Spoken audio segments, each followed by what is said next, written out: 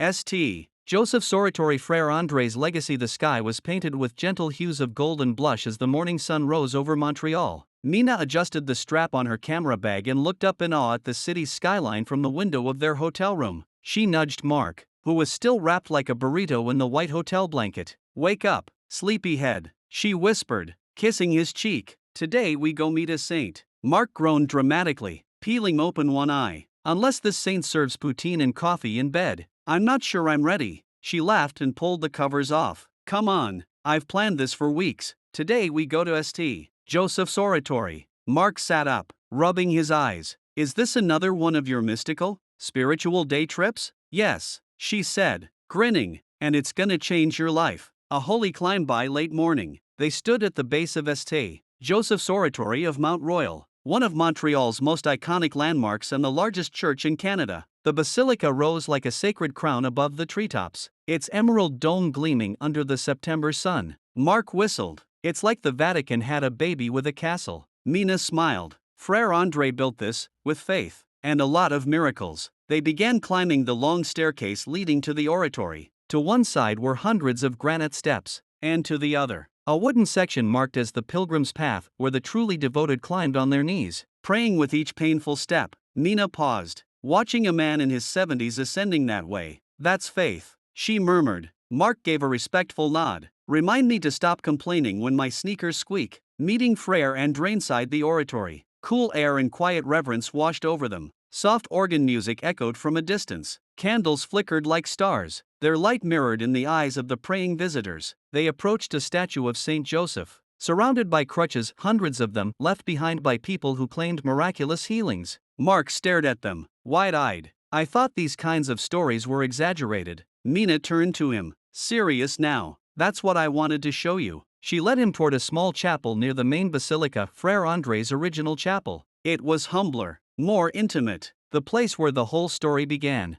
Born in 1845 in Quebec, Frère André Basset was a sickly, uneducated man who many believed wouldn't survive childhood. Orphaned and frail, he entered the religious life as a porter for the Congregation of Holy Cross, assigned to be a doorman. And yet, he became known far and wide for healing the sick, physically, emotionally, and spiritually. They stood before a wax figure of Frère André, lying in peaceful repose inside a glass tomb. His real heart, preserved in a reliquary, was displayed nearby. Mark shivered slightly. "It's a little creepy," he admitted, "but also kind of powerful." Mina nodded. "He never sought fame, he just believed in the power of prayer." He said, "I am nothing, only a tool in the hands of Providence." Crisis in the couple. As they wandered the landscaped gardens, quiet tension bubbled between them. Mark had been reserved all morning, distracted, a bit distant. Mina finally stopped near the statue of St. Joseph the worker and crossed her arms. "What's going on, Mark?" He hesitated.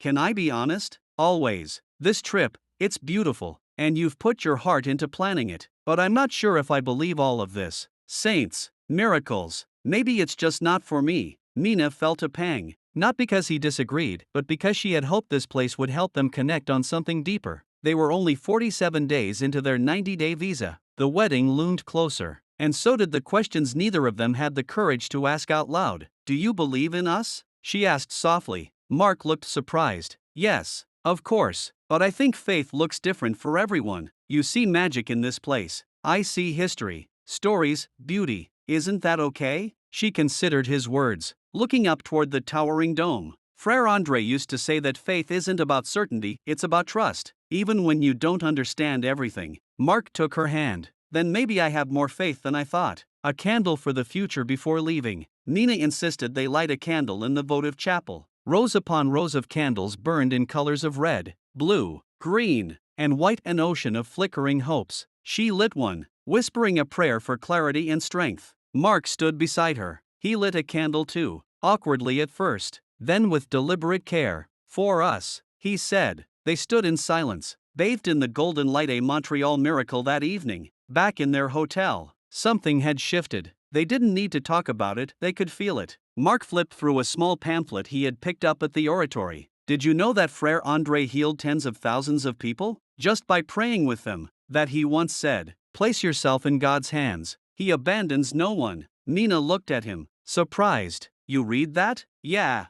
I'm not converting or anything, he teased. But maybe there's something to this whole trust thing. Then he reached into his pocket and pulled out a tiny wooden cross he had bought at the Oratory gift shop. Thought it'd be good to have, just in case, he said sheepishly. Mina didn't say anything. She just hugged him tightly. Knowing that faith sometimes begins not with belief, but with openness. Day 53, love and light. In the weeks that followed, the couple continued their Montreal adventure, touring Old Port, sampling maple syrup delicacies, dancing under the stars during a jazz festival. But nothing quite compared to that sacred moment at Joseph's Oratory. Mina started volunteering at a local church's food drive once a week. Mark joined her once, then again. He still rolled his eyes when someone called something a miracle, but he stopped brushing things off so quickly. They talked more deeply about marriage, values, fears, family, and slowly, with each conversation, a new kind of trust grew between them. Day 89, a proposal within a proposal. The day before their wedding, Mark surprised Mina by returning to the Oratory. This time, he planned the visit. He had booked a small blessing ceremony in the chapel, just the two of them, the priest, and a warm glow of sunlight streaming through the stained glass windows. As the priest offered a simple blessing over their relationship, Mark knelt not to pray, but to propose again. Not for legal reasons, not because of paperwork, not because they had to, but because, somewhere between the candles and the crutches, the statues and the silence, he had found his own version of faith. I said yes once, Mina whispered, tears in her eyes, and I say it again, forever. Frère André's legacy. Revisited. The legacy of Saint André Basset isn't just in the architecture of the Oratory, or the miracles claimed in journals.